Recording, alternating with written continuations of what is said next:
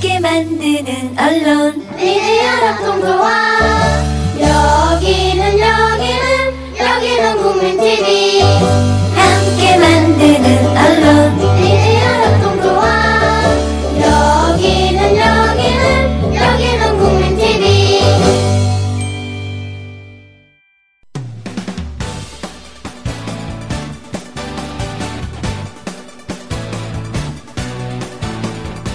미디어 협동조합 서영석 이사장의 서영석 타임즈. 안녕하십니까. 청취자 여러분을 뺐네요. 청취자 여러분 안녕하십니까.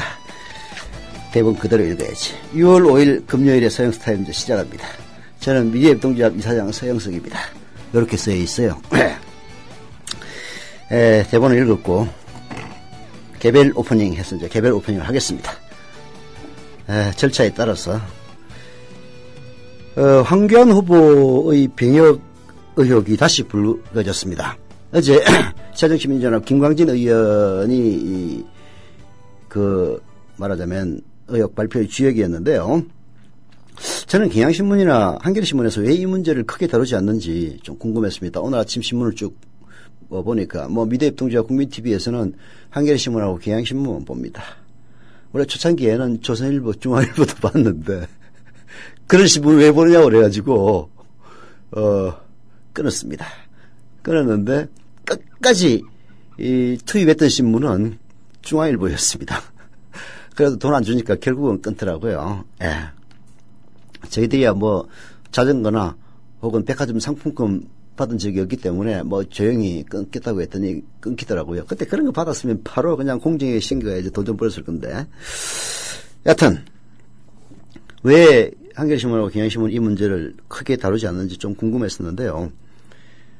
사실 황교안 문제는 메르스보다도 더 중요하다고 볼 수는 없지만은 세상 일에 어느 것이 더 중요하고 덜 중요하다고 얘기하겠습니까만은 그러나 뒤로 묻힐 사안은 절대 아니라고 생각을 합니다. 동아일보가 웬일로 사설로 황교안 후보 병역 의혹이 사실이라면 총리 자격이 없다라고 질타를 했습니다. 동아일보가 왜 그랬을까? 물론 이제 동아일보는 좀 돌출적인 신문이긴 합니다. 무슨 얘기냐면은 제가 이제 신문 사설이라든지 조간신문들을 쭉 보고 비교평가하는 그런 일도 과거에 좀 했고요. 직업이다 보니까 이제 그런 셈인데 일관성을 지니고 있는 신문은 대한민국에서 딱 두 군데입니다. 조선일보와 한겨레신문입니다. 일관성이 있습니다. 자기 나름대로의 이론 체계가 갖춰져 있습니다. 어쩌면은 한겨레신문의 창간 주역이 조선일보 해직 기자들이 추측이 됐기 때문인지도 모르죠. 서로 동전의 양면처럼 아주 상당한 일관성을 갖고 있습니다. 그 동전의 양면 중에서 동아일보는 경향신문하고 좀 닮았습니다. 아주 갑자기 이 홍두깨 같은 소리를 많이 합니다. 동아일보는 좀 그런 편이긴 한데요. 그래도 병역 문제에 관한 한 어떤 논설위원이 이 사설을 썼는지 모르겠지만은 대한민국에서 정상적으로 군대 생활을 하고 군대에서 마지막 100일을 하루하루 카운트다운 하면서 제대를 해본 경험이 있는 대한민국의 정상적인 남자에게 병역 면제는 정말 공분을 불러일으키는 일이기도 합니다. 동아일보 사설을 보면 이렇습니다. 황교안 국무총리 후보자가 만성 단마진이라는 게 두드러기입니다. 단마진이 별 병이 아니에요. 만성 단마진이라는 피부질환 때문에 병역 면제를 받은 것과 관련해 피부질환 확정 판정이 나기 전에 병역 면제 처분을 먼저 받았다는 의혹이 제기됐다. 새정치민주연합 김광진 의원에 따르면 황 후보자의 병적기록표에 적힌 제2국민역 즉 민방위 편입 날짜는 1980년 7월 4일이다. 그러나 국군수도통합병원이 황 후보자의 만성 단마진을 판정한 날짜는 6일 뒤인 7월 10일로 기재되어 있다. 상식적으로 보면 앞뒤가 맞지 않는 일이다. 황 후보자 측은 사실이 아닌 것으로 확인됐다며 인사청문회에서 설명하겠다고 밝혔다. 단순히 날짜의 선호가 바뀐 것만을 갖고 병역 의혹이 사실로 단정하기 어렵다는 이야기도 나온다. 병적 기록표의 피부 관련 항목에 이상이라고 적혀 있는 것을 보면 신금시 발견된 이상에 대해 병원에서 확정 판정을 받은 뒤 신금 날짜에 맞춰 병역 면제 판정을 기록했을 수도 있다. 현행법으로는 안 되는 일이지만 당시 상황을 정확히 알 수 없다는 병무청 관계자들의 설명이다. 그러나 곡절이 있는 것은 분명하다. 황 후보자는 자 이게 중요한 대목이에요. 황교안이는 의혹이 제기될 때마다 해명 대신에 청문회에서 상세하게 밝히겠다는 식으로 피해가는 것을 거의 공식처럼 쓰고 있다. 적극적으로 대응하다 거짓말 의혹이란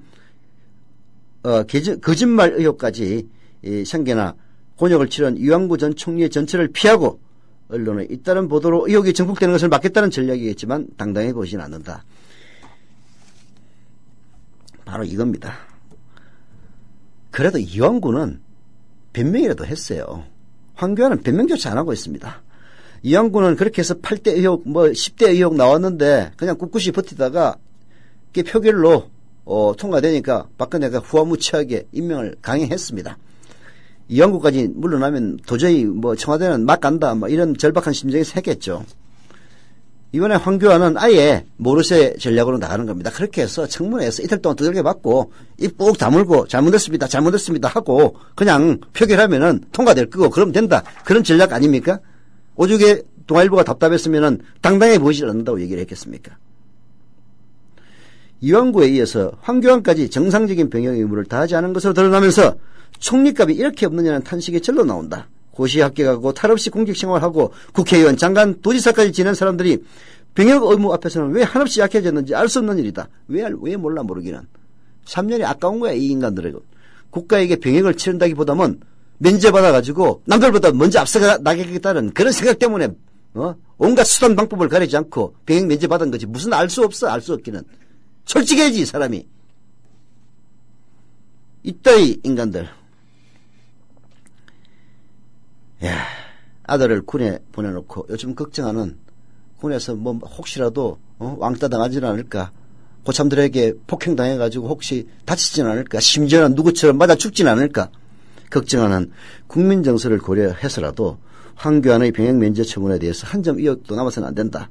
의혹이 사실이거나 해명할 자신이 없다면 황교안은 스스로 사퇴해야 옳다라고 동아일보가 쓰고 있습니다. 황교안, 내가 보기에는 물러나는 게 맞을 것 같습니다. 물론 박근혜 그럴 리가 없겠죠.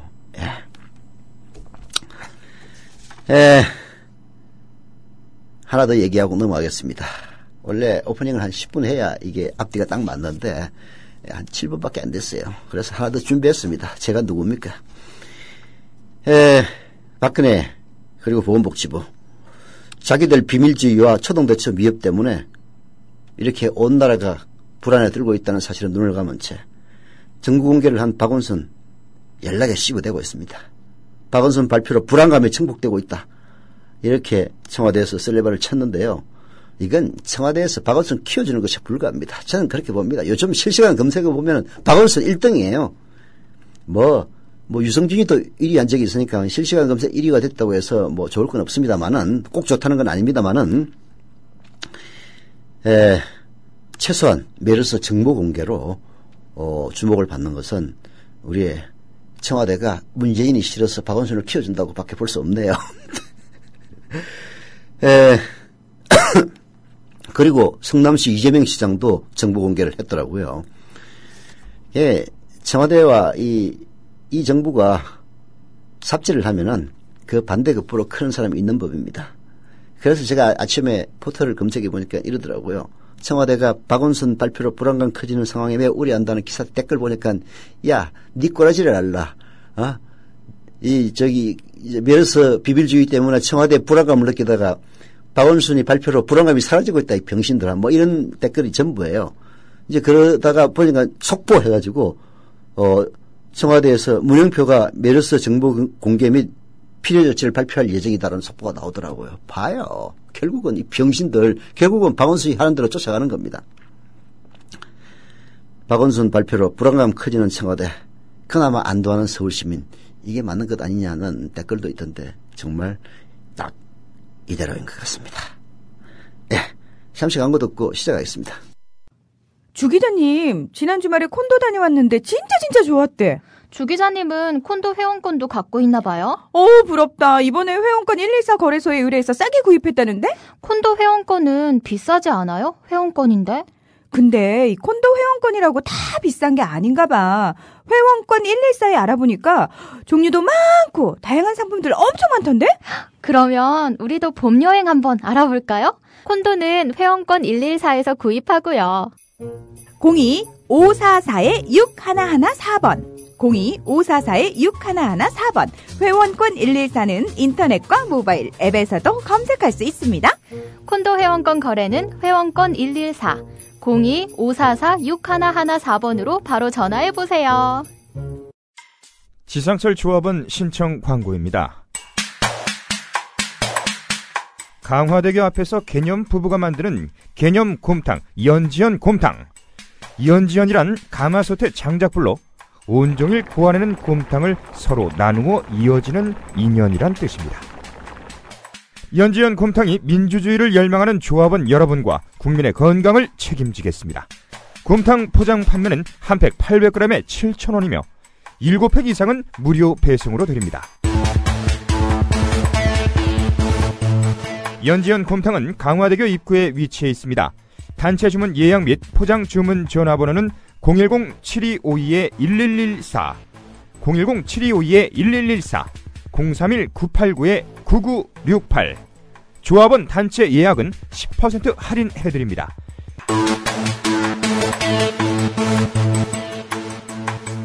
포장 판매 금액의 10%는 국민TV 후원금으로 쓰입니다.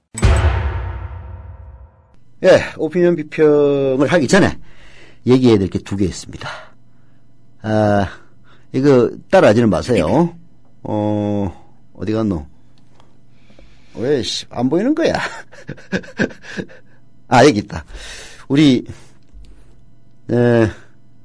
어제 농협 계좌로 김 PD님 결혼 축의금 조금이나 한번 보냈고요. 그 돈 빼서 전해주세요라고 했는데, 하여튼 감사드립니다. 그래서 제가 따라하지 마세요. 그래서 아마 우리 김효진 PD가 오히려 부담스러워 할 겁니다. 다만 마음속으로, 결혼을 축하해 주는 것은 아무 상관없습니다. 참고로 6월 6일, 바로 내일이죠? 그렇습니다. 네, 내일 11시에 총각 김효진의 시대는 끝나고 이제 족쇄 차인 유부남 김효진의 시대로 갑니다. 그래서 이거는 꼭 지대용님에게 감사드려야 될 것 같고요. 감사드립니다. 정말 감사드리고 어제 전화도 받았습니다. 그래요? 사실 농협 계좌면 어차피 우리 미협 네. 구좌 아니겠습니까? 근데 그거는 법적으로 뺄 방법이 없어요. 그러니까요. 제가 정말 감사히 받겠고요. 그보다 더 크게 받은 셈 당연히 치겠고, 그것은 그냥 우리 축하해 주신 분 고마운 선생님 저희 증조하신 걸로. 그렇게 근데 자연스럽게 처리가 됐을 것 합법적으로 그 돈을 빼가지고 남을 줄 수가 없어. 그렇습니다. 죄송합니다, 지대형님. 감사합니다. 덕분에 저 이렇게 증조하신 셈이 됐습니다. 기여한 것으로 너무 감사드리고요. 개인 계좌에 보내도 상관이 있는데 저희 계좌에 내보내면요 그 돈을 빼가지고 개인에게 줄 수가 없습니다. 개인 계좌도 알려달라고 하셨는데 제가 어떻게 알려드립니까? 진짜 민망합니다. 너무 감사드립니다. 네. 고맙습니다. 그래서 따라하지 마세요. 얘기한 겁니다. 따라하지 마세요. 예. 그러나 지대형님 감사드립니다. 선생님 감사합니다. 예. 하나 더. 오늘 시즌 1 막방인가요? 시즌 2 기다릴게요. 이제 하셔서 제가 설명을 드리는 건데요. 일단 2주 동안은 방송 안 합니다. 2주 동안. 왜냐하면 김효진 PD가 휴가 가는 시기가 2주예요. 2주 이후는 결정이 안 됐는데요. 아마 중간에 공지를 할 겁니다. 그러나 이제 저 기본 방침은 이사장을 그만둘 때까지는 방송을 하지 않는다라는 게 기본 방침인데 지금 PD들 수도 적고 그래서 결국 또 외부 인사 쓰면 돈 줘야 돼요. 그래서 공짜인 저를 하라고 강요하면은 안 할 수 없는 그런 처지라서 어떤 방식으로 될지는 저도 알 수는 없습니다. 그러나 제 기본 방침은 이사장을 간둘 때까지는 방송 안 하고 간두고 나서 다시 복귀하겠다 이런 생각을 갖고 있다는 점. 그러나 시즌 1이 꼭 끝나는 건지 그건 저도 알 수 없어요. 예. 자, 오피니언 비평 시작하겠습니다. 김효진 PD. 예. 자, 감사드립니다. 자, 중동호흡기 증후군 메르스 감염 확산 추세가 이어지고 또 국민의 불안감이 증폭되는 상황에서도 정부는 소극적 대처만 반복하고 있습니다. 이 박원순 시장의 발표를 둘러싸고 보이는 모습만 봐도 그런 거 파악을 할 수가 있죠. 지금이라도 원점으로 돌아가 잇따른 실책의 원인을 좀 성찰하고 기본부터 재점검해야만 사태 악화를 막을 수가 있겠습니다. 대표적인 게 정보 공개 문제입니다. 환자가 발생한 병원, 지역을 공개하라는 요구가 계속되고 있지만 정부는 어제도 불가 방침만 재확인했습니다. 부랴부랴 뒤늦게 여러 가능성 검토하겠다는 뜻을 밝혔지만은 그것도 지켜봐야 알 일이겠고요. 근데 한 인터넷 매체에서 다 밝혔던데? 제가 그 기사를 다 꼼꼼히 보진 않았습니다만 경향신문도 오늘자 조간에 지역, 병원 등등 공개하기로 했다. 이런 결정을 내려가지고 사고 비슷하게 또 제가 어떤 인터넷 신문을 보는데 제가 본 건 아니고 누가 트위터에 올려놔서 보니까 그 신문 내용은 안 봤어요. 근데 그걸 그래픽으로 그려가지고 했는데 그 맨 처음에 이제 환자가 어디 지방 병원에 입원해가지고 안 되니까 서울로 갔다 이렇게 나와 있지 않습니까? 예. 그걸 병원 이름을 다 일일이 다 써놨어요. 보니까 삼성병원이 하나 있더만. 그래서 서울 삼성병원이 들어가 있더라고. 일원동이요? 예. 아니 이런 동이지. 난 이제 얼핏 봤기 때문에 삼성 의료원인가 이런 식으로 돼 있더라고. 그래서 이 새끼들이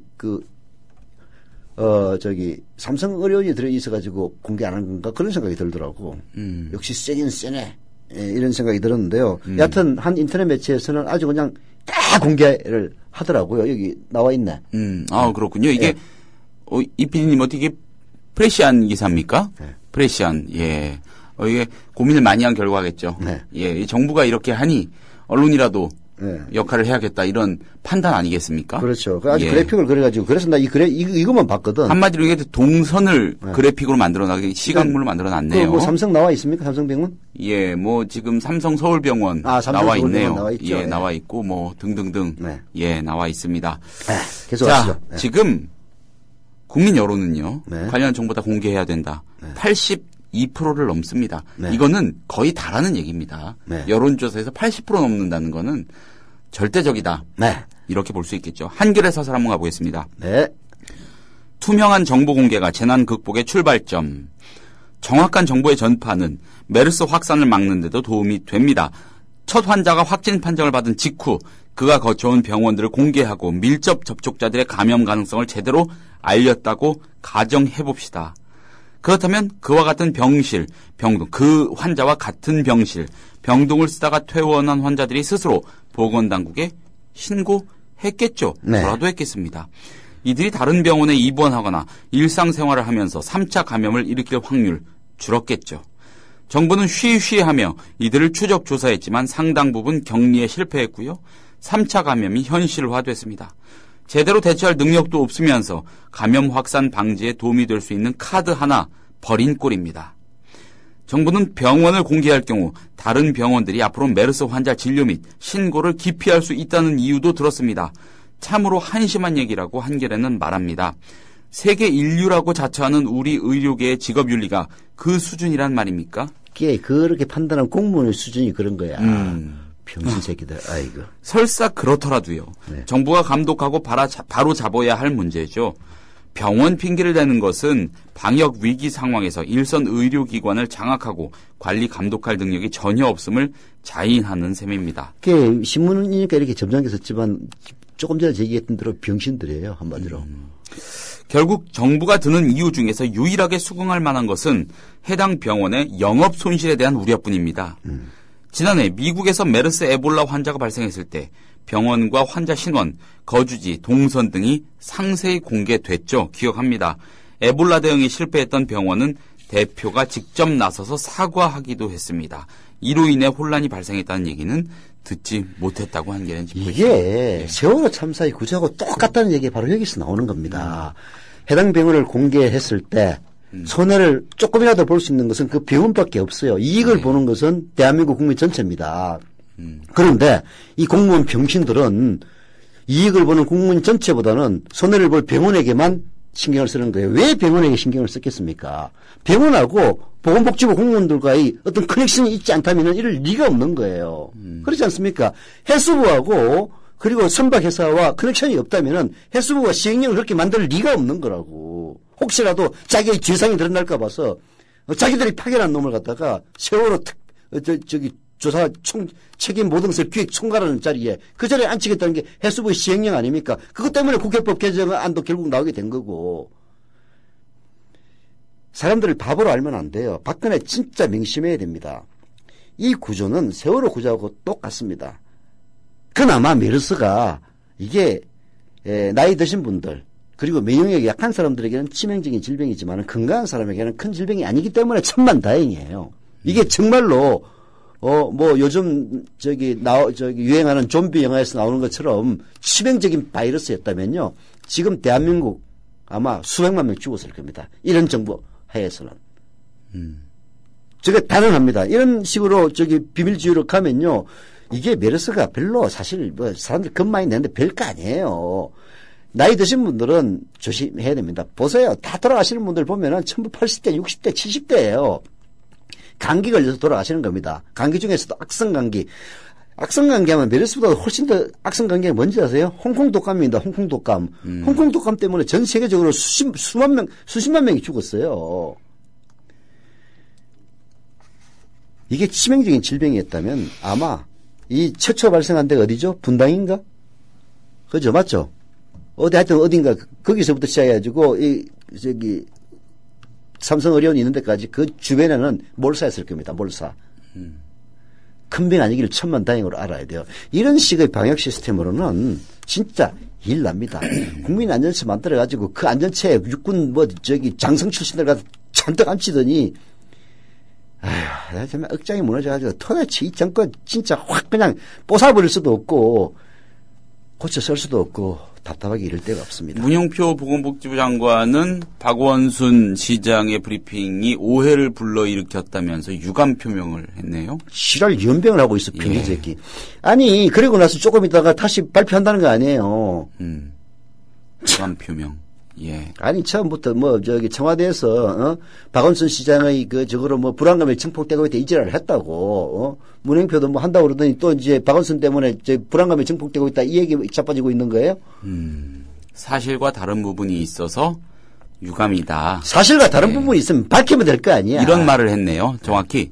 메르스 확산 방지를 위한 정부의 조치가 마치 잘못된 것처럼 서울시가 일방적으로 입장을 발표해 국민의 불필요한 오해와 우려를 불러일으킨 것에 대해 심히 유감스럽게 생각한다. 이게 오늘이죠. 이피님 오늘 맞죠? 예, 오늘이야. 조금 전에. 예. 속보입니다. 예. 참, 진짜 후한무치한 새끼들이야. 네. 자, 그렇다면은 이런 시각 어떻습니까? 이거 어떻게 생각하시는지 제가 궁금해서 굳이 한번 골라봤습니다. 자, 한국일보 사설인데요. 당국 탓만 하기에는 사태가 너무 커졌다. 국민 모두가 메르스에 대한 경각심을 갖고 성숙한 의식으로 함께 총력 대응을 하지 않고는 수습이 어렵다. 이렇게 시작을 하거든요. 한국일보 사설입니다. 한번 소개해 드릴게요. 메르스 수습에는 성숙한 시민의식도 필요하다. 이런 제목입니다. 엊그제는 자택 격리 대상인 50대 여성이 당국에 알리지 않고 일행과 함께 지방에서 골프를 즐기다가 현지 보건소 직원에 의해서 강제 귀가 조치됐습니다. 이 여성은 답답해서라고 변명했다지만 사건 직후 그의 개인정보가 SNS로 확산되면서 결국 이 여성이 거주하는 인근 초등학교 일부가 연쇄 휴업하는 파장을 낳았습니다. 메르스 확진 환자가 방역 당국의 지시를 무시하고 홍콩과 중국에 출장 다녀온 일도 있었습니다.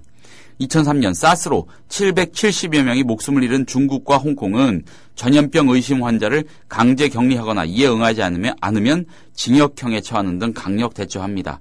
그런데도 이 환자는 홍콩 입국 시 메르스 감염 환자와 접촉한 적이 없다고 거짓말까지 했답니다. 같은 비행기를 이용한 여성 2명은 홍콩 당국의 격리 조치를 한때 거부하기도 했습니다.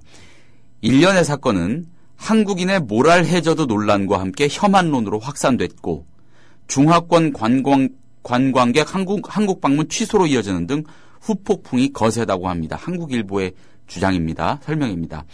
과도한 공포심을 조장하는 행위도 사태 수습에 아무런 도움이 되지 않는다는 겁니다. 현재 감염자나 치료 병원 등 각종 정보를 SNS를 통해 무차별적으로 확대 재생산하는 일은 자제해야 마땅하답니다. 국민들은 이제 흥분, 동요를 가라앉히고 차분하게 사태 해결을 고민하는 성숙한 시민의식을 보여야 한다고 한국일보는 또 웃기는 사설을 한마디로. 예, 그래서 이런 시각은 어떻게 생각하시는지 궁금해서 한번 웃기다. 왜 웃기느냐? 아니, 이 일이 왜 벌어졌냐고요. 왜 이런 일이 벌어졌다고 생각하십니까, 김효진 PD는? 정보 공개를 안 하니까 생기는 거예요. 아니. 불안감이 증폭되고. 그렇지. 정부에서 명령격하게 밝히면은. 예. 아니, 오바마는 그럼 병신이고 저기 또라이라서 다 밝혔습니까? 왜냐면은 전염병은요, 정확하게 밝히는 것이 최고의 방역입니다. 그리고 아니 그 병 걸린 사람이 무슨 죄가 있어요? 죄 없습니다. 그 사람 병 걸린 밖에 자기가 걸리고 싶어서 걸렸습니까? 그래도 강제 격리를 하고 밖에 나가 함부로 돌아다니면 징역에 처합니다. 왜 그렇게 합니까? 그 사람은 이 병균이 다른 사람에게 옮음으로써 저기 병이 확산되는 걸 막기 위해서 그런 거란 말이에요. 즉 이런 식의 전염병이 발생했을 때는 정확한 정보를 공개하고 아까 얘기했다시피 그 저기 어디야 한겨레 사설처럼 예. 언제 어느 병원에서 했고 이 사람이 어디로 갔고 쫙 공개를 해버리면은 사람들이 스스로 알아서 피한단 말이에요. 그렇잖아. 자 그렇게 되는 거거든요. 근데 혹시라도 병원 불이익 갈까 봐서 보건복지부의 병신 공무원들이 주둥아리 꼭 닫고 있는 거야. 난 진짜 참 대통령 하나 다르다고 해서 이렇게 공무원이 이렇게 병신들로 바뀌는 거 보면은 둔갑하는 거 보면은 진짜 공무원은 영혼이 없는 존재라는 얘기가 딱 맞는 것 같아요. 자 그래서 사람들이 자구책으로 자기 아는 정보를 마구 올리는 겁니다. 정부에서 공개를 안 하니까 정확한 정보일 리가 없지. 그렇잖아요. 그래서 혼란이 증폭되는 겁니다. 예. 아니 그럼 그 원인이 정부의 정보 미공개에 있다는 사실을 얘기하고 그래도 불구하고 우리는 우리 스스로 손해보지 않기 위해서 이렇게 자제해야 된다라고 써야지. 정부의 정보 미공개에서 입주둥을 딱 받고 니들이 그렇게 한다는 게 말이 되는 거냐고. 내가 웃긴다고 그런 거예요. 그렇잖아요. 아니 왜 이러냐고 사람들이. 아니 당신은 그러면은 한국일보 논설위원 당신은 안 그럴 것 같아? 예를 들어서 정보를 공개 안 하고 메르스 감염이 됐는데 홍콩에서 세계 언론인 대회가 있어가지고 한 10년에 처음으로 회사 돈으로 외국 가게 됐는데 내 자진 신고하고 안 가겠어? 슬쩍 갔다 오는 거지? 안 그럴 것 같아요? 역지사지해가지고 자기를 바꿔서 생각하면은 이런 사설 못 씁니다. 진짜 논설위원들도 참 가지가지인데 보면 수준 이하들 많아요. 일련의 사건이 한국인의 모랄 해저드 논란과 함께 혐한론으로 확산됐다는 이런 지적. 그거야 맞는 얘기지. 맞아요. 아니, 한국인의 모랄 해저드가 아니라, 인간이라는 놈들은 다 그런 겁니다. 내가 아까 예를 들어서 당신은 그러면은 세계 언론인대에, 연사로 초청받아가지고 일생에 태어나서 첫 영광을 갖다 홍콩으로 해야 되는데, 씨발, 메르스 아프지도 않은데, 그 근처 갔다고 해가지고 격리시킨다면은, 강제를 안 하면은, 그냥 살짝 도망가가지고 안 갔다 오겠냐고. 인간이라는 게 다 그런 거예요. 그런 겁니다. 그래서 공개를 하고 강제 격리를 시키는 거예요. 그게 한국인은 모랄 해지다가 아니라 인간으로 태어난 인간들은 다 모랄 해지다가 있고 그래서 법이라는 게 존재하는 겁니다. 그런 원리를 얘기를 하고 이런 얘기를 한다면야 일리가 있는 얘기지만은 아니 도대체 왜 이렇게 SNS에서 이렇게 말하자면 불안감을 증폭시키는 정부가 난무하겠어. 정부가 주둥아리 닫고 있으니까 그런 거 아니에요. 믿을 수 있는 공개된 정보가 없으니까 이런 거라고. 참, 이것도 사설이라고 진짜. 이 박원순 시장이 긴급 기자회견한 거 관련해서 우리 52님께서 게시판에 한마디 올려주셨는데 박 시장 상대로 진실 게임으로 몰고 가서 잘 된 사람 본 적 없는데. 박원순 얘기가 뭐 발표하면은 이게 앞뒤 다 재보고 한다 뭐 그런 취지겠죠. 그리고 또 이게 우스갯소리를 할 일인가는 모르겠는데 너무 무거우니까 부산에서 노인 한 분이 열이 나서 병원을 가셨는데 의사가 중동 다녀오신 적 있냐 이렇게 묻자 중동에 산다 이렇게 답을 하셔가지고 난리가 났었는데 알고 보니 해운대구 중동에 가셨다는 이게 참 해운대구 중동 있습니다. 이게 그러니까 이렇게 참 이런 우스개가 놔두는 것도 불안감과 어떤 불신의 발로 아니겠습니까? 그렇죠. 예. 진짜 대한민국 방역체계의 큰 문제입니다. 뭐냐면은, 이게 결국은 늘 얘기하지만은 박근혜 정부의 비밀주의, 보신주의, 상하소통 부재, 그리고 박근혜 마음에 안 들면 무조건 작살내는 이 분위기 때문에 그런 거예요. 정부 공개를 하려면 박근혜의 재가를 받지 않으면 공개를 못 하는 겁니다. 예. 아이, 나중에 잘못되면은, 그냥, 누가 책임지려고. 공무원이 원래 그런 거지. 하이브 대통령이 영원하나? 있는 동안에 그냥 큰 탈 없이 지나가면, 때 되면 승진되고, 다 그런 보신주의를 갖고 있단 말이에요. 그래서 상하 소통하면서 열심히 일하려다가 실수한 데 대해서는 묻지를 않고, 오히려 열심히 일 안 하고 그냥 보신주의 하면서 아무 잘못도 안 보면 이런 놈들을 갖다 작사를 내는 이게 사실은 상하 소통의 큰 목적이거든요. 근데 박근혜는 전혀 그렇지 않지 않습니까?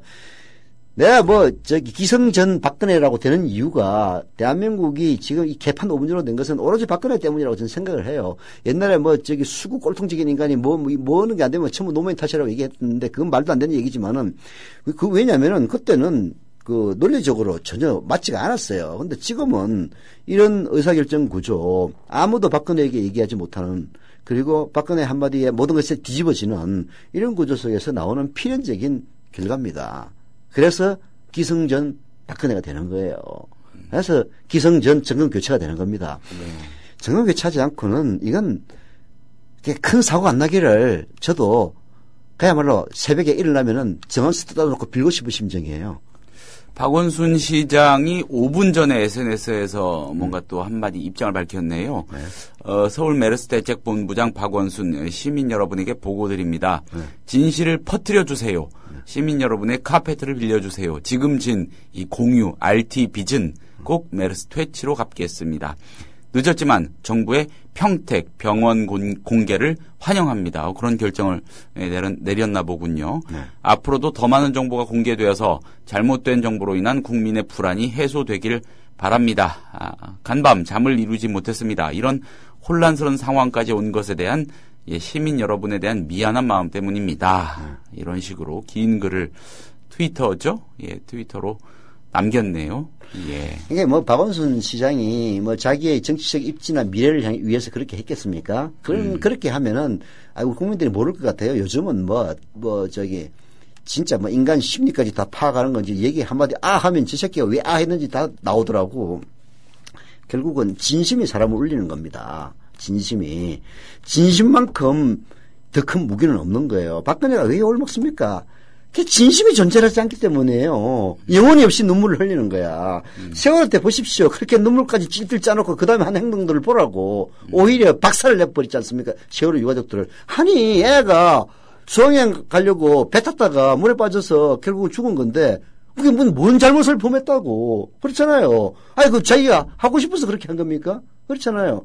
그걸 은폐하기 위해서 자기 7시간 없었던 걸 은폐하기 위해서 완전히 그냥 세월호 유가족들을 무슨 종북 분자 테러리스트처럼 대접한 게 바로 박근혜 아닙니까? 진심이라고는 어디 약에 쓸래도 볼 수가 없는 게 박근혜입니다. 그러니까 욕을 처먹고 있는 거지. 그게 이재명이나 박원순이 나름대로 인기를 끌고 있는 것도 그 사람들의 행동에는 진심이 존재하기 때문에요. 진심이 없이 오로지 인기를 끌게 얄팍하게 했다면은 벌써 작살났을 겁니다. 정치인들에게도 제가 바라고 싶은 게 바로 그거예요. 진심을 가져라. 진심은 다 알아준다. 진심은 숨기지를 못한다. 진정으로 국민을 위한다는 생각을 그때까지만이라도 하는 놈이 지금 박근혜 정권 안에 들어있으면은 내가 진짜 성을 갈겠다고. 예. 자, 다음 이야기로 좀 넘어가 보겠습니다. 오늘은 국민라디오 아침 조간 브리핑이 없었습니다. 네. 안진걸의 으라차차가 그 시간 금요일 아침에는 방송이 돼서 참고로 우원식 의원이 오늘 황교안 국무총리 후보자 인사청문 특위 야당 측 위원이기도 하죠. 을지로 네. 위원장이기도 하고 좋은 말씀 많이 해 주셨다고 하는데 팟캐스트 업로드 되면은 좀 많이 또 관심 부탁드리고요. 저녁에 우리 김효진 PD가 나한테 전화해가지고 아침에 조간 브리핑 대신에 으라차차 안진걸 으라차차 땜빵 방송 되는데 땜빵이 아니라 원래 편성이렇게 돼 있습니다. 원래 편성이 돼 있습니까? 그래서 우원식 의원이 나온다 그래서 선전 좀 해달라 해가지고 제가 바깥에 있어서 한참 운동하고 있었거든요. 그래서 컴퓨터 안에 있으면 자세하게 사연을 쓸 수가 있는데 휴대폰으로 따붙이기 하다 보니까 우리 김효진 PD가 보내온 문자를 그대로 따붙이기를 했어요. 그랬더니 그 앞에다가 이제 우리가 전화를 하다가 야, 너 신혼여행 어디로 가니? 이 얘기하다가 이제 끊어졌거든요. 그래서 저 신혼여행 스페인으로 갑니다. 해놓고 그 다음에 문자에 이제 우원식 의원 이렇게 했는데 그걸 전체를 따붙이기를 해가지고 제 페이스북에다 올렸어요. 그런데 이제 밑에다가 국민 라디오 김효진 PD 올림 이렇게 다 써줬는데 댓글에 두 분이 아니 미혼이세요? 저보고 또 어떤 사람은 이혼했어요 그러더라고. 진심이 전달되기가 그렇게 어려운 겁니다. 예. 제가 아니고요. 우리 김현준 PD였습니다. 근데 중요한 거는 스페인 갑니다가 아니고 우원식 의원이었는데 우원식 의원에 대해서는 한마디도 다 얘기를 하고 장가 결혼 안 하셨어요 그러더라고. 예. 그래서 아무튼 그런 연유로 이제 금요일은 조간 브리핑이 없어요. 그래서 오늘 조간에 실린 일반 기사 꼭지 좀 가져와 봤습니다. 의미 있는 발걸음인 것 같아서. 조간 브리핑이 없어서? 그렇습니다. 오케이. 예. 자, 주목되는 조간 기사인데 한겨레 6면 기사입니다. 뭐 다른 언론도 많이 보도했지만은요. 네. 정의당, 노동당, 국민모임, 노동정치연대 9월까지 새 정당 창당. 야권 재편, 총선 구도 변화 관심 이런 제목입니다. 네. 기사 내용 좀 소개를 해드리겠습니다. 네. 정의당과 노동당 또 국민모임, 노동정치연대 등 4개 진보 세력은 어제 단계적 통합을 거쳐 오는 9월까지 새로운 대중적 진보정당 건설에 나서겠다고 선언을 했습니다. 반새누리당, 비새정치민주연합이란 기치 아래 통합진보당 해산 뒤 남은 진보 세력 대부분이 집결하는 셈입니다. 또 온건 진보를 내세운 무소속 천정배 의원은 제1야당 개혁을 내세우면서 독자 행보에 나서고 있습니다. 내년 총선을 앞두고 이번 통합선언이 야권 재편과 총선 구도에 미칠 파장에 관심이 모입니다. 천호선 정의당 대표와 나경채 노동당 대표, 김세균 국민모임 대표, 양경규 노동정치연대 공동대표, 앞에서 말씀드린 그런 뜻을 갖고 어제 국회의원회관에서 기자회견을 열었습니다. 이 자리에서 무능과 야합으로 무너진 제1야당은 더 이상 대안이 될 수 없음에도 진보정치 역시 분열과 침체로 국민 기대에 부응하지 못했다 이렇게 반성을 했고요. 올해 안에 새누리당과 새정치연합 등 양당이 대변하지 않는 국민의 목소리를 대변할 수 있는 더 크고 더 강력한 진보정당을 가시화하겠다. 오는 9월을 전후해 구체적 성과를 제시할 것이다 이렇게 밝혔습니다. 이 4개 진보 세력의 결합은 가뜩이나 위축된 진보 세력이 지금처럼 나뉘어진 상태로는 진보적 대안정당으로서 최소한의 기능을 하기 어렵다 이런 공감대 속에 지난해 말부터 추진돼 왔죠. 자, 한편 이들은 광주에서 독자 세력화를 선언한 천정배 의원에 대해서는 혁신 구상이 어떻냐에 따라 서로 협력 관계를 모색할 수 있을 것이다 라면서 다소 유보적인 입장을 보였습니다. 천 의원도 지금의 제1야당은 대안이 될 수 없다며 새정치연합을 탈당했지만 진보 통합파보다는 좀 더 온건 합리적 개혁에 방점을 찍고 다소 거리를 둔 행보를 보여왔습니다. 새정치연합 쪽에서는요, 내년 총선을 앞두고 이 왼쪽 옆구리를 치고 들어오려는 이런 움직임을 예의주시하고 있답니다. 호남의 민심이 이반하는 상황에서 두 세력이 손을 잡거나 수도권에서 경쟁 구도가 생기면 당락을 결정지을 주요 변수로 작용할 가능성 있기 때문입니다. 예. 왼쪽 옆구리를 치고 들어오는 표현이 흥미롭네요. 예. 왼쪽 옆구리를 갖고 있는 거야. 새정치민주연합만 있겠습니까? 저기 새누리당도 있지. 새누리당도 지역당이기 때문에 이게 스펙트럼이 넓어요. 지역당은 스펙트럼이 넓을 수밖에 없어. 내가 진보적인 생각을 갖고 있고 뭔가 이 사회를 개혁해야 되겠다는 생각을 갖고 있고 그래서 그 수단으로 국회의원이 되겠다는 것을 선택한 사람이라면 그리고 그 사람의 출신이 대구 사람이라면 새누리당 위에는 대안이 없는 거야. 거기서 진보정당 기치를 들고 나와가지고 국회의원 당선되겠어요? 한 30년 걸릴 거야. 30년 뒤에 될지도 모르지. 천상 새누리당을 가는 거야. 마찬가지입니다.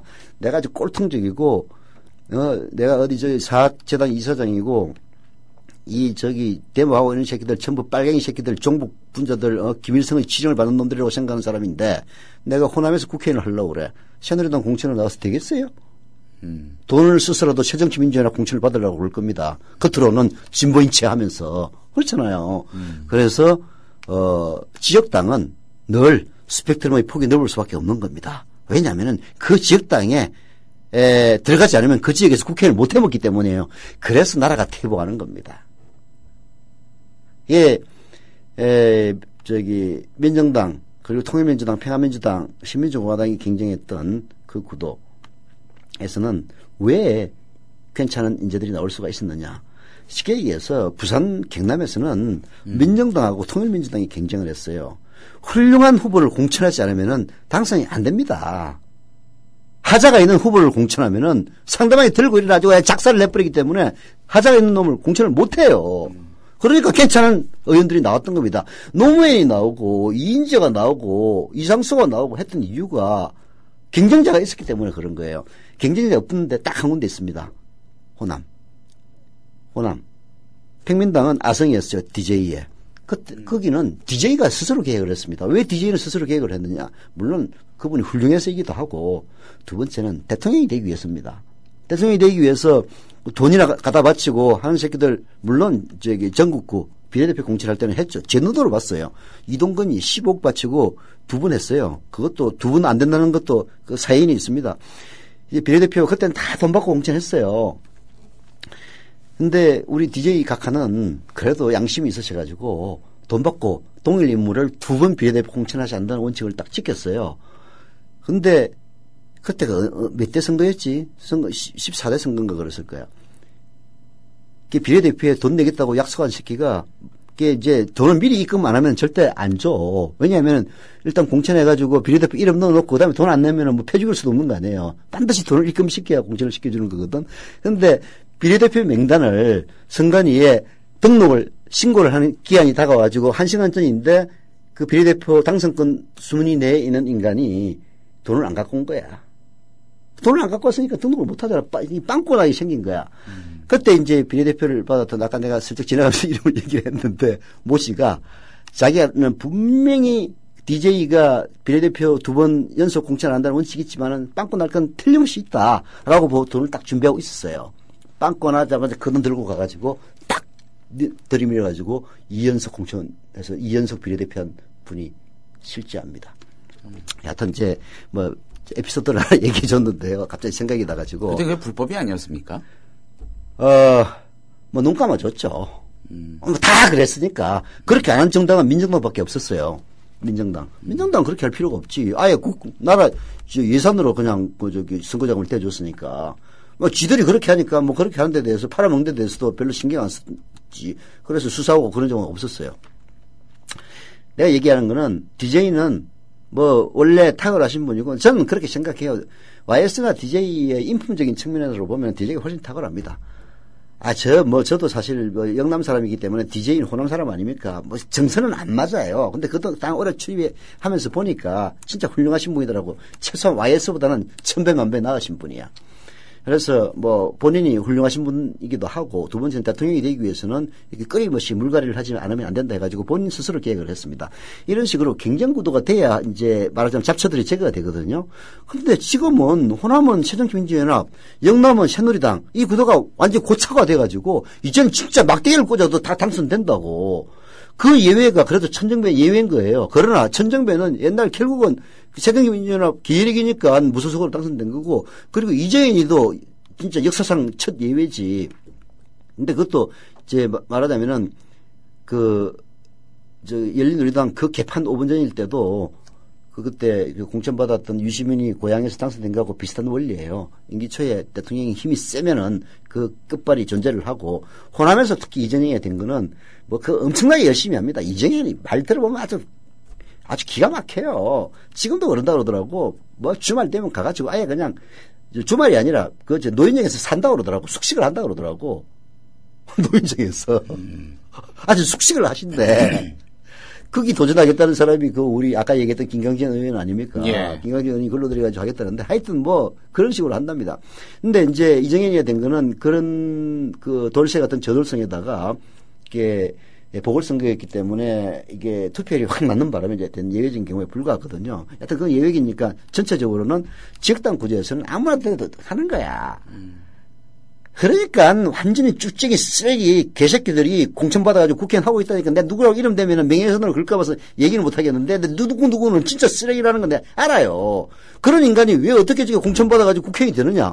아니 지역당 때문에 그런 거야. 아니 부산에서 새누리당 공천받는 게 힘든 거지. 공천만 받으면 무조건 되잖아. 아니 호남에서 광주에서 새정치민주연합 공천받는 게 어려서 그렇지 받기만 하면 다 되잖아. 그래서 이 지역당 구조를 깨야 되고 그래서 노무현 대통령이 지역당 구조를 깰 수만 있다면 연정까지 하자고 얘기를 했던 겁니다. 이게 대한민국 망국병이에요. 망국병. 사람들은 그런 데 대해서는 진짜 쥐뿔도 모르는 거야. 그래서 그냥 답답해서 아이고 막 그래야지 하고 삽니다. 아휴 넘어가시죠. 근데 지금, 대중적 진보정당. 대중적 진보정당 얘기하면서 말이. 그렇죠. 죽어요. 정의당, 노동당, 국민모임, 노동정치연대. 어떻게 보세요? 유의미할까요? 어쨌든 민주노동당으로 시작돼서 통합진보당 사건이라고 해야 될까요? 1년의 과정 거치면서 일단 대중적 진보정당 실험 1차 실험은 실패라고 봐야겠죠. 늦은 감이 있습니다. 결국은 새누리당이 사실은 이길 수 없는 총선 그리고 이길 수 없는 대선을 이겼던 가장 큰 원인은 지금까지 야권이 승승장구했던 카드를 분쇄했기 때문에 가능했던 겁니다. 그게 뭐냐? 야권연대였어요. 야권연대를 깨기 위해서 종북 이론을 만들어낸 겁니다. 그리고 그 종북 프레임에 갇힌 게 바로 덫에 걸린 게 통합진보당입니다. 그리고 그거를 더욱더 증폭시키기 위해서 국정원이 아예 설익은 말도 안 되는 이른바 여기 무슨 수도원 사건을 일으켜가지고 이석기를 종북으로 몰아넣은 겁니다. 이석기 대부분에서도 확정되는지 잘 모르겠는데 그 말도 안 되는 판결이에요. 그 사람의 생각에 대해서 동의할 수는 절대 없지만 그걸 내란 예비연 지랄병을 치는 것은 대한민국 수준이 한심하고 대한민국의 법관들 수준이 한심하다는 것밖에 안 됩니다. 여하튼 그렇게 해서 종북 프레임을 해서 훌륭하게 야권연대를 분쇄했고 그 결과 절대로 이길 수 없는 절대로 다수당이 될 수 없었던 새누리당이 다수당이 됐던 거예요. 새누리당 스스로도 다수당이 되리라고 생각을 못했습니다. 그래서 선진화법을 만들었던 거예요. 선진화법이라는 거는 다수당이 함부로 못하게 만드는 법이거든. 새누리당이 그때 다수당이었어요. 그놈들이 미쳐가지고 그런 얘기를 했겠냐고. 자기들이 다음 총선에서 다수당이 될 수 없다고 생각했기 때문에 그 법을 만들어서 통과를 시켰던 거예요. 적어도 위기감은 있었으니까. 그렇죠. 위기감 정도가 아니라 그게 표결에서 통과됐다는 거는 자기들이 진다고 본 거야. 그런데 왜 이겼느냐. 결국은 진보를 종북 프레임에 몰아넣어가지고 새정치민주연합 그 병신들이 벌벌벌 떨면서 진보 아무 관계 없어 이렇게 분리를 시키기 때문에 성공을 했던 거거든요. 그래서 여기에 대해서는 통합진보당이 해산됨으로써 여하튼 비극적인 일이고 대한민국 헌정사에 커다란 비극으로 기록된다고 생각을 합니다만은 여하튼 이제 진보 세력들은 다시 대우를 단일화해서 또다시 야권연대를 꾸릴 수 있는 구조가 이제 생겼습니다. 그래서 늦은 감이 있다고 보는 거고요. 그러나, 결국 야권연대를 할 겁니다. 야권연대 아니면은 새누리당을 이길 수가 없어요. 야권연대를 안 한 상태에서 지난 재보선 치러봤지 않습니까? 정동영, 바보지. 관악구 나와가지고 결국 새누리당, 절대로 당선된 역사가 없었던 관악에서 그 새누리당 당선시키는데 일조를 하지 않았습니까? 그리고 자기가 2등에서 말도 안 해. 3등 하지 않았습니까? 정동영 선생은 이렇게 결정적일 때 그래 평신 섭질만 하는지 모르겠어. 답답해 죽겠어. 평소에는 잘해. 근데 큰 사건만 걸리면은 완전 섭질을 했는데 미치겠어. 대선 때도 정동영은 노무현에 못 미치는 미칠 수가 없지. 노무현에 필적하는 인간이 별로 없지. 노무현 대통령은 2002년 대선 때 자기 와이프 장인이지 와이프 아버지니까 좌익이었지 않습니까? 그랬더니 정면 돌파를 하지 않았습니까? 그렇다면 내가 아내를 버려야 옳습니까? 인천 경서에서 그렇죠. 그렇죠. 그 전략으로 정면 돌파를 했잖아요. 부인하거나 내가 잘못했다고 하면은 말리는 겁니다. 정면 돌파를 해야 되거든요. 정동영 그때도 열린우리당을 부인하고 노면 쳐주고 네가 그러니까 1000만 표 차이로 지지. 이번에도 결국은 그런 삽질하지 않았습니까? 이 양반 나 정말 개인적으로는 좋아하고 제 기자 선배입니다. 정동영 선생. 정말 좋아해요. 근데 결정적일 때 이렇게 삽질을 하는지 모르겠어. 그래서 큰 인물이 못 되는 겁니다. 여하튼 결론은 야권 분열은 멸망의 지름길입니다. 그래서 과거에 민주노동당이 열 몇 석을 얻어가지고 최대 약진을 했던 또 야권연대 때문이었어요. 그렇지 않습니까? 야당은 연대를 해야 됩니다. 이제 종북 프레임은 통합진보당이 안고 산호하셨으니까 통합진보당에 대해서는 눈물을 흘려주고 야권연대로 가는 그 초석이 되기를 빕니다. 천정배에 대해서는 언급하기도 싫습니다만은 지금 와가지고 무슨 온건 진보 같은 삽질을 하고 있는데 참 노무현을 지지했던 옛날에 천정배 정동영이 유일하게 했던 신기란까지 있었지. 세 명이 했지 않습니까? 천신정. 네. 왜 그 모양이지? 그나마 아무 얘기 안 하고 신기란이 제일 나아요. 참나. 그러나 하여튼 만시지탄이지만은 결국은 그 진보의 시작을 틔워서 야권 연대를 통해서 결국은 앞으로 10년, 20년 후를 내다보는 길이 진보 정당이 갈 수 있는 유일한 방법이다. 그렇게 생각합니다. 저도 뭐 영감탱이고 저보고 진보라고 그러는데 저 진보 인정합니다. 제 진보는 진짜 보수의 약칭입니다. 그래서 뭐 사실 진보 정당에 대해서 좀 웃기게 생각합니다만은 그러나 지금 네 지파의 모임은 빨리 서로 힘을 합쳐서 단일 대우를 이루고 그 단일 대우를 통해서 종북 프레임을 극복하고 우리 사회를 이제 좌클릭을 하는 것만이 살 길이라고 저는 봐요. 보십시오. 북유럽 전부 우리나라 보수 꼴통들이 보면 전부 빨갱이에요. 빨갱이. 그게 잘 살지 않습니까? 행복지수 높고. 자, 그러면은 옛 통합진보당, 옛 진보당 계열의 인사들이 어떤 식으로 합류가 될지 여부, 이것도 뭐 관심을 갖겠죠. 그런 맥락을 어떻게 전망하십니까? 어떻게든 그렇게 자연스럽게 끌어안고 가는 모양새가 돼야 될까요? 아니면 통합진보당은 이제 개별적으로 들을 수는 있겠죠. 또 개별적으로 들은다고 또 온갖 보수 언론이 또 지랄병을 칠 거야. 참여한 누구는 사실상 통합진보당의 핵심 분자로서 종북 놀이터로 만들기 위해서 창강설 알려졌다 이 지랄 할 거야. 안 봐도 비디오지. 그래서 당분간은 그 일을 둘 겁니다. 아무튼 뭐 지금 이 연대하려는 세력도 총선 때 야권 큰 틀에서 연대라는 그 변수라는 거를 고려를 안 하진 않겠죠. 뭐 그 가능성까지 염두에 두고 그런 어떤 약간 연대로 가는 길밖에 없어요. 약간 연대로 가기 위해서 이제 네 군데 너무 떨어져 각자 지각기각이 있으니까 정동영 선생이 큰 역할을 할 거라고 저는 봅니다. 삽질만 안 하면 되는데 왜 이렇게 삽질을 좋아하시는지 모르겠어. 결국은 저는 정동영 전 의원이 국민 모임에 갔을 때 저는 환영했어요. 속으로는 그래도 현실 정치를 아는 사람이 가야 나중에 결정기일 때 그 병신들이 또 모여가지고 진보의 싹을 틔우기 위해서는 눈물을 흘리면서 엎천마석의 심정으로 새누리당을 당선시키지더라도 독자적인 출마를 해야 된다. 이 지랄 할 놈들 분명히 있거든. 틀림없이 있을 겁니다. 그럴 때 현실 정치를 경험했던 정동영 같은 사람이 있어가지고 우리가 참 눈물을 흘리면서 전략적 후퇴라는 것도 해야 되는 건데 비록 야당이 수구 꼴통적인 측면이 없는 건 아니지만 그래도 새누리당보다는 낫다. 그래서 진보의 초석을 쌓기 위해서 현재로서는 연대하는 길밖에 없다. 이런 식의 전 역할을 하리라고 봅니다. 그래서 정동영 선생님을 좋아하시는 분들 제가 정동영 욕했다고 너무 섭섭해하지는 마세요. 그러나 욕해야 됩니다. 문재인들, 노무현인들, 누군들 박근혜는 잘한 일이 하나도 없으니까 맨날 욕만 하는 거지. 잘한 일에선 잘한다고 하니까 너무 섭섭해하지 마세요. 여하튼 큰 역할을 할 거라고 봅니다. 네. 자, 다음 토픽 짧게 한번 짚어보겠습니다. 이 전남 창조경제혁신센터가 지난 2일 여수에서 문을 열었습니다. 네. 죄송합니다. 전국을 통틀어서 12번째입니다. 네. 세종시를 포함한 17개 시도에 창조경제혁신센터 17곳을 세운다는 게 정부 목표인데 이제 서울, 인천, 세종, 울산, 제주 등 5곳만 남았습니다. 네. 창조경제는 박근혜 정부의 경제 분야 국정 철학이 집약된 용어죠. 네. 창조경제에 알맹이가 없다는 비판이 나오니까 정부는 대기업에 치우친 경제구조를 혁신해 중소벤처기업 육성에 싹을 틔우는 것이란 해석을 내놓기도 했습니다. 지역별 창조경제혁신센터 설립을 대중소기업 상생의 토양으로 삼고자 공을 들이는 것도 이 때문입니다. 네. 한겨레 사설 한번 보겠습니다. 창조와 거리 먼 창조경제혁신센터. 네. 정부의 행태를 보면 창조경제를 마치 정해진 계획에 따라 작전을 하듯 밀어붙이는 것 같다 씁쓸하다는 겁니다. 창조경제라는 이름과는 거리가 먼 전시행정의 본보기로 보이기 때문이라는 것입니다.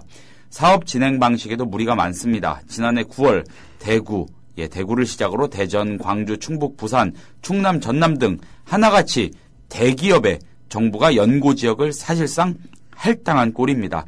삼성은 대구에 가서 역할을 하고 대전은 SK, 광주는 현대차 이런 식이었죠. 개소식에 맞춰서 해당 대기업이 장밋빛 투자 계획을 쏟아내고 이에 화답하듯이 대통령은 재벌 총수를 격려하는 모습이 되풀이됩니다. 이러다 보니 심심찮게 잡음이 들립니다. 오래전 결정된 투자 계획을 창조경제로 포장해 신상품인 양 내놓는 사례도 있습니다. 투자 규모를 놓고 청와대와 사전 조율을 하다 이견이 생겨서 일정이 밀렸다는 심지어 이런 얘기도 나온다고 합니다. 이달 말 울산 창조경제혁신센터 개소식의 주인공을 맡아야 할 현대중공업만 해도 난감한 처지라고 합니다. 지난해 3조 원 넘는 적자를 기록해서 대규모 구조조정까지 단행한 마당에 섣불리 투자 계획을 내놓기 곤란해서입니다. 대기업의 경험과 기술, 자금이 지역 경제를 살찌우는 미천으로 쓰이는 것 자체는 환영할 만합니다. 하지만 정부가 대기업의 지역을 강제로 할당하고 기업들이 마지못해 돈 보따리를 풀어놓는 현재 방식은 옳지도 않고 지역 경제에 큰 도움을 주지도 못한다는 게 한결의 생각이고요. 지역의 중소벤처기업을 살리는 지름길은 인적 자원 개발에서 사업평가, 투자에 이르기까지 지역 산업 생태계 전반을 끌어올리는 일뿐입니다. 1970에서 80년대 권위주의 정권이 대기업에 체육단체 하나씩 떠안기듯 해서야 어찌 창조경제라고 할 수가 있겠습니까? 이름에 어울리는 발상의 전환이 필요하다고 한겨레가 촉구를 합니다. 예. 맞는 얘기지. 이게 참 이 박근혜 정권의 구조 때문에 이게 박근혜 정권의 구조는 예. 박정희 정권의 말하자면 2015년 판이에요. 이런 식으로 이제 아주 그냥 밑에 놈들 갖다가 쥐잡듯이 잡고 말 안 들으면 바로 잘라버리고 하니까 이제 공포 정치를 하는 거거든. 예. 이게 사실 뭐 이제 그 수준은 다릅니다만은 뭐 북한에서 고위직을 갖다가 바로 현장에서 끌어내가지고 총살시키는 거하고 비슷한 거예요. 따지고 보면은 원리적으로는 똑같습니다. 공포를 줌으로써 이견이 없도록 만드는 수법이거든. 우리는 북한처럼 그렇게 폐쇄된 사회가 아니니까 피할 수는 없으니까 모가지를 잘라가지고 집에 그냥 옷 벗고 가라는 식으로 해가지고 이제 공포 분위기를 주는 거란 말이에요. 자, 이런 공포 분위기가 이제 조성이 되면은 그저 나라님이 좋아하실 일들을 갖다가 떠안기는 그 밖에는 밑에 있는 공무원들이 안 합니다. 창조경제 혁신센터를 이제 뭐 만들려고 그러니까 만들긴 만들어야 되는데 뭐 아이디어가 박근혜식 대가리밖에 없는 거지. 옛날 저 아버지가 했던 것처럼 야, 저 울산에 현대중공업 있지? 그거 하나 맡겨. 이런 식으로 지금 하는 거거든요. 근데 그게 제대로 될 리가 있습니까? 지역에 투자를 하는 것은 기업의 투자는 이익이 있어야 투자를 하는 겁니다. 왜 수도권에 다 집중이 되겠어요? 뭐 하다못해 인허가라든지 하다못해 인허가는 물론이고 하다못해 뇌물 주려고 하더라도 뇌물 받을 놈들이 전부 수도권에 몰려 있어. 그러니까 수도권에 다 몰리는 거예요. 지방으로 안 가고. 그리고 인구가 그 조그마한 땅덩어리 9만 평방미터밖에 안 되는 대한민국에서도 10분의 1밖에 안 되는 경기도에 인구 2,500만이 삽니다. 소비할 놈들이 전부 서울에서 사니까 지방에서 물건 만들면 물류비만 증가할 거 아니야. 그러니까 기업들이 참 수도권 풀어달라고 액을 목걸을 하는 거예요. 물류비 때문에. 그렇게 이제 수도권에 안 해주니까 그 대신 비싼 게 충청도입니다. 충청도 여러분들 차 타고 가보면 알지만은 중간중간에 창고들 굉장히 많아요. 다 물류 창고입니다. 서울에 수도권에 2,500만이 몰려 사니까 그게 물건을 갖다 줘야 될 거 아니에요. 창고 서울에 하면 딱 비싸기도 하고 허가도 잘 안 내주고 하니까 충청도 가가지고 잔뜩 지어놓고 거기서 고속도로 가지고 갖다 대는 거예요. 그러니 경기도하고 도계를 맞붙이고 있는 충청북도 일정이나 조금 낫지, 강원도 일정이나 조금 낫지, 나머지는 좀 죽을 지경인 거야. 하려면은 할 수 있는 방법은 사실 혁신도시 같은 겁니다. 더 이상 얘기 안 하겠습니다. 이전까지 대해서 얘기하면 입 아파. 아이고. 자, 서영스타임스 오늘은 여기서 마쳐야겠습니다. 제가 개인적인 사정 관계로 여차저차해서 다음 2주간 서영스타임스 이 컨셉의 방송은 좀 쉬겠습니다. 양해 부탁드리고요. 다음 결혼 휴가 간다는데 어떡합니까? 또 스페인 찾아와 간답니다. 주시기 바랍니다. 고맙습니다. 국민라디오 팟캐스트 응원하는 가장 쉬운 방법 아시나요? 다운로드하기, 별점 주기, 댓글 달기, 구독하기. 국민라디오 팟캐스트 널리 알리는 가장 쉬운 방법. 다운로드하기, 별점 주기, 댓글 달기, 구독하기. 기억하세요. 다운로드하기, 별점 주기, 댓글 달기, 구독하기.